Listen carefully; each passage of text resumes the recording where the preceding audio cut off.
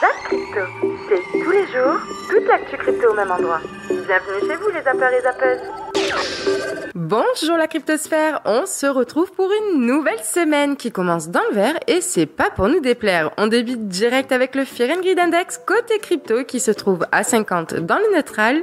Et du côté des marchés US, on est aujourd'hui dans la zone de grid à 59. Avant de passer à nos 3 premiers gagnants de la saison 2, je tenais à vous remercier pour tous vos commentaires. Pour le premier Zap Crypto de cette année, vous avez été très nombreux à nous faire part de votre joie d'enfin retrouver le Zap. Et bien sachez que nous étions tout aussi heureux de ces retrouvailles avec vous. Et vous avez été nombreux également à nous rejoindre pour le premier live. Merci à tous les zappeurs et zappeuses qui étaient présents. Nous avons même fait notre premier raid et je risque pas de l'oublier.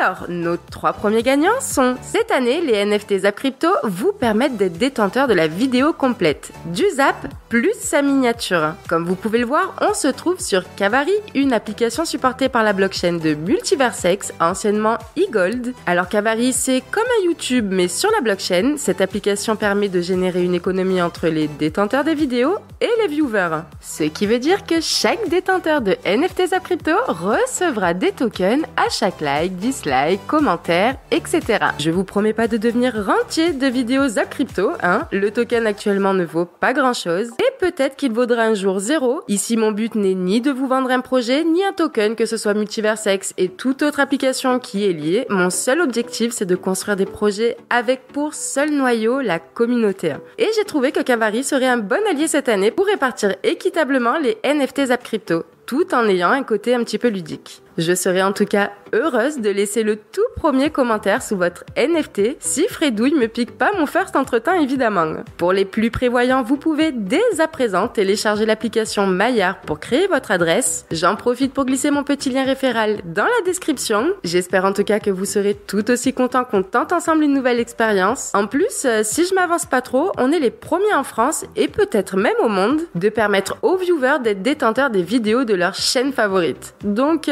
pas peu fier, hein, l'astronaute. Vous pouvez vous installer confortablement. Votre zap va commencer. Je vous souhaite une excellente vidéo. Passez une belle semaine. C'était Zap Crypto. Selon une étude réalisée par eToro, les femmes s'intéressent de plus en plus au Web3. Les femmes sont de plus en plus nombreuses à investir dans les crypto-monnaies, cassant les codes du gap observés dans la finance traditionnelle. Le dernier Retail Investor Beat de la plateforme eToro, qui a interrogé 10 000 investisseurs particuliers dans 13 pays, en est une nouvelle illustration. Selon cette étude, la part de ces investisseurs qui misent sur des crypto-monnaies est passée de 36% à 39%. Entre le 3e et le 4e trimestre de l'année 2022. Et ce alors qu'il s'agit de la classe d'actifs la moins performante de l'année dernière, souligne l'étude. Cette progression s'explique par le fait qu'une cohorte d'investisseurs un peu plus âgés semble vouloir acheter le creux de la vague, mais aussi par une adoption croissante des crypto-monnaies par des femmes, principalement entre le 3e et le 4e trimestre de l'année. Ainsi, si 42% des hommes sondés possédaient des crypto-monnaies au 3e trimestre de l'année, ils sont 43% au 4e trimestre. Du côté des femmes, elles sont passées de 29% à 34% au cours de la même période, marquant une progression plus rapide en termes d'adoption au cours des derniers mois. Young Platform, je vous en parle, j'ai même pas regardé, hein. C'est un projet italien, apparemment un échangeur italien, qui a réussi le PSAN et qui débarque en France. Je trouve ça très bien, ça continue à pousser sur l'adoption de masse, etc. Ce que je trouve juste très intéressant, c'est ceci. Voilà, selon les derniers rapports de l'ADAN, Association pour le développement des actifs numériques, peut-être un petit peu dirigé, mais toujours intéressant de l'avoir par rapport à ces sondages. Plus de 8% des Français détiendraient de la crypto-monnaie. C'est plus que des actions. Hein, les actions, c'est 6,7% des Français détiennent des actions. Donc aujourd'hui, les Français détiennent plus de crypto que d'actions. C'est toujours très intéressant. Et 30% auraient fortement l'intention d'en acquérir dans un avenir proche. Ou ça, au top généralement.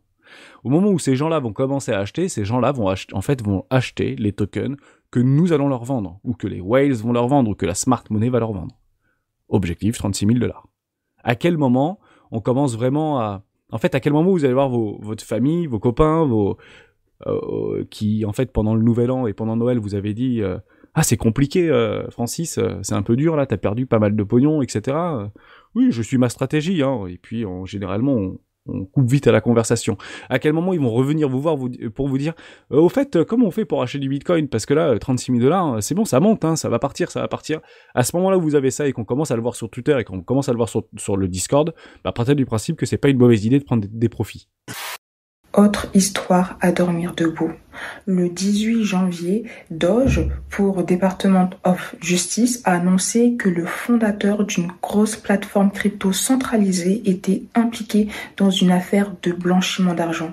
Et là, on parle de 700 millions de dollars. Au début, on pensait à Binance, mais il s'agissait en fait de Bitslato. En fait, c'est une plateforme russe qui était pas très connue, hein. Personnellement, je la connais pas. Et le CEO de cette plateforme aurait blanchi plus de 700 millions de dollars. Il était également impliqué dans des histoires assez sombres, assez illicites, notamment reliées au Darknet. Le CEO a été arrêté.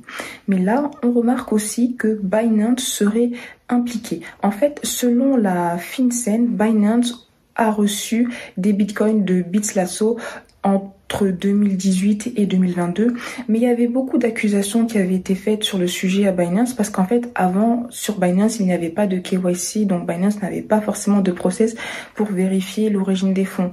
Donc, même si je ne suis pas en train de défendre Binance, je ne pense pas que Binance soit impliqué dans cette affaire-là. Il a juste permis à des fonds d'être transitionnés parce qu'il n'avait pas encore de système pour vérifier l'identité des personnes. En tout cas, affaire à suivre. Que penses-tu de la relance de FTX? Franchement, toute franchise. FTX, on peut dire ce qu'on veut. Même moi, j'en étais utilisateur et j'en disais du bien. L'interface, c'était vraiment pas dégueu. Si un FTX avec beaucoup de liquidité qui pop demain et avec la même interface ou autre, je serais presque tenté de l'utiliser. Mais bon, difficile de faire confiance. Et aujourd'hui, si on nous amène un nouveau système FTX, il va être administré par le liquidateur ou des entités qui sont proches du liquidateur. Donc, ça va être un exchange qui va être administré qui va être limite state-backed. Et on n'a pas envie de faire ces emplettes crypto sur quelque chose qui est scrupuleusement surveillé par des entités proches du gouvernement ou le gouvernement directement. C'est vraiment caca. Même si l'agrément PSAN a des implications similaires, j'aurais pas trop envie de trader dessus. Je préfère aller sur des plateformes décentralisées ou aller sur Binance qui sont un peu plus punk ou Kraken. Mais bref, dommage, parce que l'interface, il y a pas de tout qui est à jeter sur FTX. Voilà. Et puis ça veut pas dire que le truc sera full compliant, qui sera sûr. C'est ça le vrai problème, en fait. Ça peut être toujours très risqué d'utiliser FTX. Tendance de la criminalité cryptographique en 2023. Alors, les volumes illicites de crypto-monnaies atteignent des sommets sans précédent, mes amis, dans un contexte d'augmentation des désignations de sanctions et de piratage.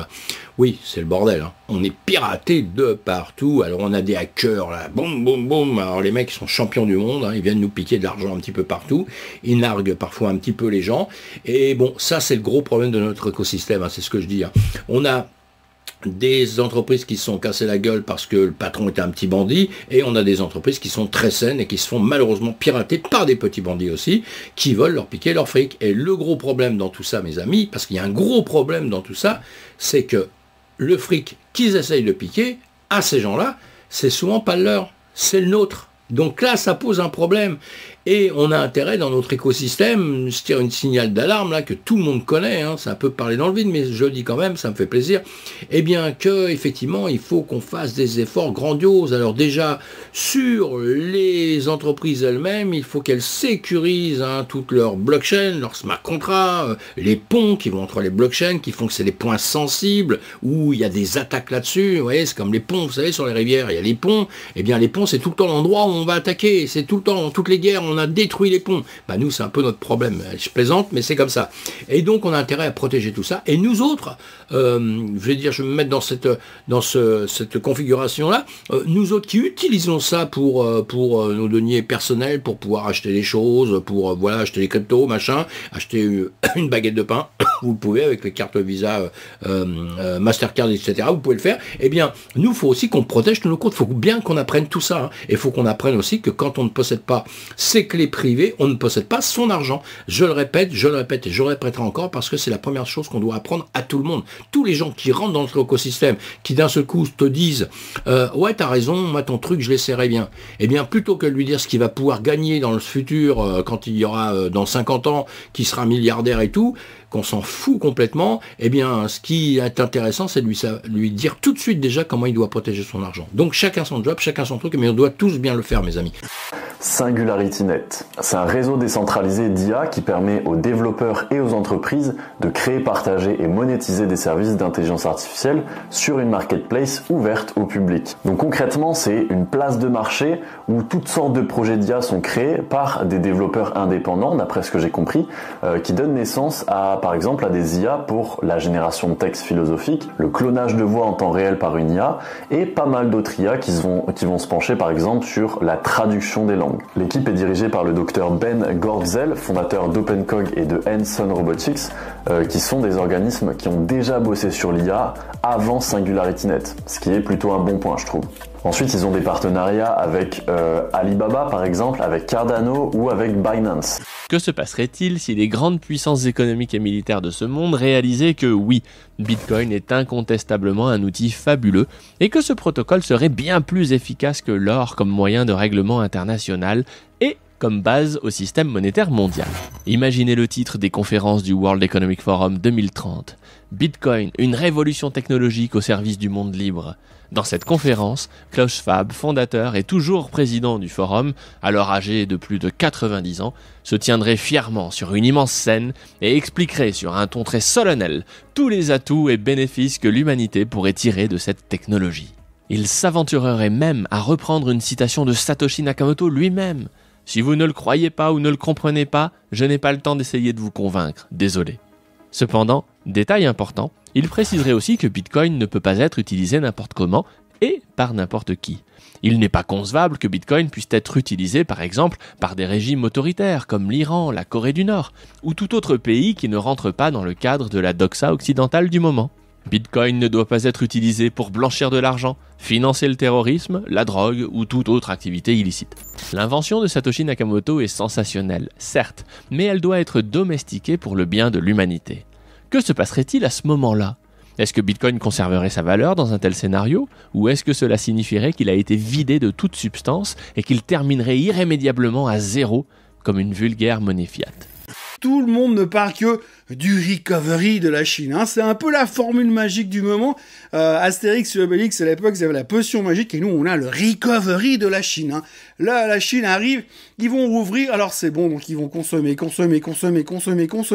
Et toutes les justifications haussières pour l'instant, en grande partie, les 10% de la hausse en Europe depuis le début de l'année, c'est la Chine. Bon, d'accord, il y a aussi un peu le gaz qui s'est pété la gueule, mais si le gaz s'est pété la gueule, c'est à cause de la Chine qui revient avec ses stocks de gaz sur le marché. Le pétrole remonte parce que la Chine va reconsommer. Bref, la Chine, c'est la solution à tous les maux qu'on attendait. Donc, la seule solution qu'il faut encore trouver, la chose qu'il faut résoudre comme problème, c'est le fait que les Américains et les Chinois se détestent. Mais autrement, Monsieur Le Maire l'a encore dit au World Economic Forum ce week-end, la Chine sont nos amis. C'est là où ils divergent sur l'opinion des Américains. Donc, pour l'instant, tout monte, et même ce matin, alors que c'est le nouvel an chinois et que la Chine et Hong Kong sont fermés, le Japon monte, Sydney monte. Pourquoi ? À cause de la Chine, à cause du recovery que l'on attend du côté de la Chine. Ça va donc être facile, formidable et absolument génial. Sauf que, il y en a qui commencent un peu à réfléchir un tout petit peu plus loin. Alors, c'est pas courant, hein, parce qu'aujourd'hui, on investit pour les 4 prochaines minutes, mais il y en a qui réfléchissent un tout petit peu plus loin et qui se disent, mais attends, voir.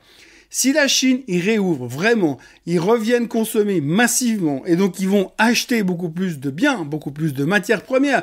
Et s'ils achètent beaucoup plus de biens et de matières premières, eh bien les biens en question et les matières premières en question, elles vont remonter. Et donc si le prix de ces matières premières remonte, qu'est-ce que ça fait sur l'inflation ? Ça la fait remonter. Et c'est Bank of America qui vient avec ça ce week-end en disant, avec ce qui est en train de se passer aujourd'hui, entre autres avec la Chine, et la normalisation de certaines choses en ce moment dans l'économie mondiale, eh bien potentiellement on devrait avoir un rebond de l'inflation. Et je vous laisse imaginer une belle journée, un beau jeudi du mois de février, où les États-Unis publient publient leur CPI et où tout le monde s'attend à une nouvelle baisse de l'inflation en direction des 6% et que là, par surprise, à cause du rebond des matières premières, vous avez une inflation qui frise les 7% alors qu'on attendait 1,5% en dessous. Et là, franchement, j'aimerais bien être là ce jour-là parce que ça pourrait être rigolo. En tout cas, je sais pas si on va arriver à ce genre de situation, mais on commence un tout petit peu à y penser. En tout cas, pour ceux qui arrivent à penser un tout petit peu plus loin que les 4 prochaines minutes sur les marchés financiers. Vous avez sous les yeux l'évolution du... Regardez depuis le bear market, depuis janvier 2021, depuis janvier 2022, l'explosion de la part du cash dans le portefeuille, alors qu'on peut voir ici, c'est 2 fois le même graphique, la part du cash a atteint en octobre dernier 6,5% du portefeuille des gérants en moyenne, dépassant le sommet d'avril 2020, d'octobre 2016, de juin 2012, de décembre 2008, la crise financière, assez loin des records de la bulle spéculative de l'Internet. Et depuis 3 mois, on vient de passer de 6,5 à 5,3. La part du cash dans le portefeuille des gérants vient de passer de 6,5 à 5,3. Interruption de tendance haussière. Historiquement, c'était des fins de bear market. Alors, est-ce que 3 mois d'affilée suffisent? Faites-vous votre propre opinion. Et on passe à la macro sur lequel on voit très largement que le DXY, donc l'indice dollar, continue sa chute doucement. On est en train de stabiliser sur l'objectif de 618 à 101. Je pense qu'on va zoner entre 101 et 100 avant d'avoir une réaction vraiment haussière.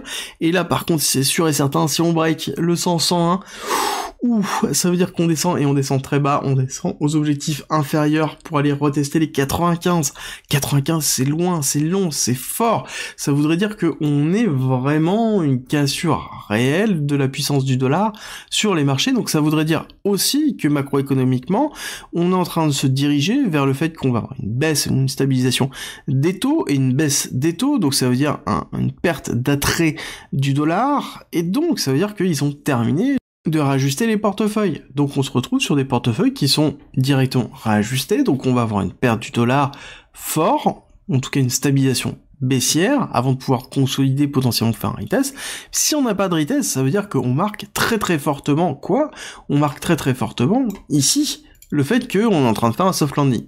Soft landing, qui est en fait tout simplement le fait que on arrive en augmentant les taux de la Fed à ne pas entraîner de récession tout en jugulant l'inflation, et ce qui est le plus positif, chose qui n'a jamais été réussie.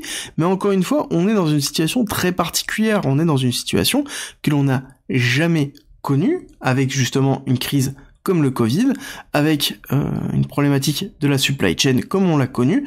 Donc à un moment donné, il faut aussi considérer que nous sommes dans une zone de, tout simplement, inconnue. Nous sommes dans une zone inconnue et c'est pour ça qu'on pourra avoir cette rupture avec une cassure qu'il faut considérer. Ça voudrait dire que on est derrière la main libre, notamment sur les cryptos et sur le reste, comme le Nasdaq et le SP500. Bon, déjà, on va regarder un petit peu où on en est. Clôture weekly ici. On a explosé la semaine dernière ce high, on a explosé aussi ce high et on a fait une clôture vraiment très propre, sans réjection particulière. Donc ici, signe de force du côté bull. A priori, c'est plutôt bien parti. On est franchement installé au-dessus de la MA 200 en daily, pas en weekly. En weekly, c'est plus Ethereum. Et globalement, ça c'est le bon petit signal pour les boomers de Wall Street que c'est vert plutôt du côté de chez les cryptos. Ici, on arrive dans une zone qui a été difficile par la dernière fois. On avait vu 1, 2, 3 absorption des acheteurs dans cette zone-là. Donc là, on y est. Donc ça risque d'être une zone, un chapeau relativement difficile à passer. On va voir un petit peu comment ça se passe ici. Si les acheteurs arrivent à traverser comme dans du beurre, oui, non, peut-être. Le Bitcoin évolue à l'intérieur de ce gros range ici, qui est aussi le gros range des liquidités au niveau de la Fed. Donc là, vous voyez, depuis mai-juin, on évolue à l'intérieur de ce gros range et il en est de même pour le Bitcoin. Alors, si on veut vraiment que le Bitcoin retourne au moins déjà sur des niveaux de 30, voire 40 000, il faudrait aussi qu'on ait plus de liquidités injectées dans le système financier, quelque chose qui supporte beaucoup plus le mouvement. Ensuite, niveau BLX, comme d'habitude, donc ça c'est le Bitcoin à long terme en weekly. Donc une bougie est égale une semaine avec Ishimoku, c'est mon indicateur préféré tendanciel. Pas pour trader. Alors avant, il y a 3 ans, non pas 3 ans, il y a 2 ans, je tradais beaucoup avec Ishimoku pendant 3 ans. Le problème c'est que quand je suis arrivé sur les cryptos, j'ai pas réussi à trouver une super bonne rentabilité. Du coup, je suis revenu sur le price action habituel parce qu'il y a trop de volatilité. Mais ça, je vous ferai une vidéo. Et je pense que même on en parlera en live sur Twitch. Comme ça, je vous ferai voilà toute mon histoire, comment je suis arrivé là, etc. Vous inquiétez pas. Donc là, bonne nouvelle et mauvaise nouvelle. Donc on commence par la mauvaise nouvelle. On est toujours en bear market. Ça, c'est sûr à 100%. Attention sur Ishimoku. Sur d'autres indicateurs, on commence à avoir des signes bullish. Ok. Donc là, on est toujours en bear market. Pourquoi? Parce qu'on est sous le nuage. Donc on est sous le Kumo ici. Le but en fait, je me suis trompé. Le but en fait c'est de venir le casser et là à ce moment-là on sera plus en tendance baissière sur Ishimoku. Je répète bien sur Ishimoku. Pareil ici il faut que la Chikou arrive à passer les prix, la Tenkan, la Kijun, le Kumo. En fait c'est la suite du prix. En fait c'est exactement le prix en fait. Un mouvement ici comme ça hop et en fait sur la Chikou vous allez avoir exactement le même mouvement. Mais en fait ça nous sert à quoi? Ça nous sert à avoir une double confirmation pour des tendances donc des retournements de tendance. Donc ici si on vient casser eh bien on attend que derrière la Chikou casse aussi pour pouvoir en fait avoir une double validation tout simplement. Ensuite très important, donc ça je vous en ai parlé pendant un moment, vraiment je vous en parle depuis ici, tous les lundis je vous parle de Ishimoku et à chaque fois ce que je vous explique c'est que pour avoir un retournement, un début attention de retournement de tendance, il faut venir péter la Tenkan, la Kijun, ok, mais surtout avec une grosse rupture haussière, avec des volumes, avec un vrai engouement, ok, et clôturer au-dessus. Donc c'est pour ça que ici j'étais pas serein, ici j'étais pas serein et depuis ici là je vous cassais la tête en vous disant que ça serait bien d'avoir une bougie. Bon là on l'a eu donc c'est bien, c'est cool, on a vraiment tout explosé, on a clôturé au-dessus 2 semaines d'affilée, donc c'est des débuts de retournement haussier, d'accord, donc ça c'est une bonne nouvelle. Donc mauvaise nouvelle long terme, mais court terme, on commence à être pas mal, ok. Donc voilà, ça c'était pour Ishimoku et aussi remettre un petit peu l'église au milieu du village parce que je vois un peu tout le monde qui dit oui mais c'est bon on est reparti en bull run. Non, moi j'ai fait est-ce qu'on est reparti en bull run là dans une des dernières minias. Non, là pour le moment on est sur des niveaux techniques. Sur Ishimoku on est loin et même en price action vous le savez que moi j'attends les $25,000. Comprenez bien la grande échelle, il faut comprendre où en est le marché et le fait qu'on est en train de s'approcher de... En tout cas si on n'est pas encore dans un marché haussier, on pourrait évidemment avoir encore de l'action latérale, c'est sûr, on pourrait également avoir un énorme recul, mais voilà, je pense que le bottom est atteint, qu'on a atteint le fond, qu'on n'est pas... ici, on doit être au début du marché aussi, en fait, ou alors on est très proche de l'atteindre à l'approche des patterns cycliques que le Bitcoin voit généralement vers le halving et les années qui s'en suivent. Mais le seul ajustement que j'aurais fait dernièrement, c'est qu'au lieu de monter et acheter simplement alors qu'on entre dans la période du halving, qui est la ligne verte que vous avez juste ici, eh bien je vous suggérais, en tout cas je pense qu'on devrait commencer vraiment à acheter un an avant d'avoir ce fameux événement, parce que tout le monde surveille le halving actuellement, tout le monde sait, entre guillemets, tout le monde sait que le Bitcoin va augmenter après cette fameuse réduction de moitié. Donc voilà, les gens s'attendent à ce que, vous savez, à quelque chose peut-être un petit peu comme ceci, et c'est pourquoi je pense qu'on va voir quelque chose d'un peu différent. Il faut probablement, on va sûrement voir quelque chose comme ceci, les gens commenceront donc à acheter vers le halving, et vous pourriez donc voir une réaction un petit peu différente de ce que vous voyez habituellement après ce fameux halving. Il faut toujours penser un petit peu à contre-courant. Voilà, il faut avoir une longueur d'avance, c'est ce qui selon moi risque de se passer. Bien sûr, je vous tiendrai au courant à ce sujet comme d'habitude. JP Morgan, donc la célèbre banque, recommande aux investisseurs de vendre les stocks, de prendre des profits. Tout comme elle l'avait fait ici à l'époque, sur le rebond, les petits rebonds de décembre où ils avaient dit oui, vendez vos stocks, vendez vos indices, c'est un moment de prendre des bénéfices, bizarrement sur les bottoms. Donc il y a ce consensus qui fait qu'il y a aussi le CEO de JP Morgan, Jimmy Dimon, qui a dit que Bitcoin était un Ponzi, qu'il n'y aurait pas 21 millions de Bitcoin. On essaye d'étouffer dans les médias le fait que Bitcoin monte pour que les gens s'y intéressent pas ou que les gens entendent du mal de ce rebond pour leur donner un biais bearish et ne pas les faire entrer. On en avait parlé aussi en termes de psychologie, une grosse probabilité que les dips soient peu profonds pour forcer les gens à ne pas leur donner leurs entrées et ceux qui vendent pendant les dips, on en a parlé, les gens vendent beaucoup pendant les dips grâce au CBD, c'est des informations qu'on peut déceler, on en avait parlé justement que les gens sont très peur quand ça dip et justement le prix continue de pousser. Alors Scult, c'est quoi? C'est une plateforme sur laquelle vous allez pouvoir collectionner les cartes de vos streamers préférés et en tirer des avantages. Je m'explique. Chaque streamer possède 100 cartes bronze, 10 cartes argent et une carte or. et chacun d'entre eux va offrir des avantages différents pour chaque rareté. Par exemple, si vous avez une carte bronze de Yugoka, vous aurez le rôle VIP sur sa chaîne Twitch et sur son Discord. Les possesseurs de cartes argent seront en plus de ça prioritaires sur les événements qu'il organise, et le propriétaire de la carte or, lui, aura droit en plus à une session de coaching hebdomadaire sur Warzone. Autant vous dire que si vous avez la carte or, vous êtes au top. Et ça va dépendre de chaque streamer puisqu'ils sont totalement libres de fixer les avantages qu'ils souhaitent. Si jamais ils veulent offrir des proutes en bocaux aux propriétaires de cartes, ils peuvent. Elle vend ses proutes dans des sortes de petits pots de confiture. Et depuis l'onglet événements de la plateforme, vous allez pouvoir voir les événements organisés par les différents streamers et ceux auxquels vous allez pouvoir vous inscrire en fonction des cartes que vous possédez. Pour vous procurer des cartes, vous devez vous rendre sur Skult et naviguer sur la marketplace ou directement chercher le ou la streameuse qui vous intéresse, sachant que d'ici le 25 janvier, il y aura plus de 100 streamers sur la plateforme. Et on finira la vidéo du jour par deux choses. Une chose sensationnelle qui arrive à la toute fin et une autre chose très décevante, puisque je vous rappelle que Ubisoft, en fait, ils avaient sorti un projet l'an dernier. Ils avaient sorti en fait Ubisoft Quartz, et en gros c'était pour genre minter leur premier NFT. Ça s'appelait, je crois, les Digits, et en fait c'était un gros flop. Et juste suite à ça, avant que ce soit un flop, ils avaient annoncé un projet, ils avaient annoncé un jeu en fait. Ils avaient annoncé le projet Q, qui est donc un jeu blockchain NFT. Après ils avaient dit non mais en fait c'est un jeu blockchain mais sans NFT. Enfin voilà, ils étaient déjà pas très raccord avec ça. Ils s'étaient fait lyncher par la communauté, et en fait malheureusement les mauvaises langues ont eu raison et ils ont tout annulé. Donc le projet Q est mort dans l'œuf, il ne verra jamais les jours, tout est annulé. Du coup Ubisoft, à mon avis, ils vont vraiment aller maintenant à reculons sur les NFT. On a même des articles, enfin des médias web 2 qui titrent, ça c'est Combini qui titre ça.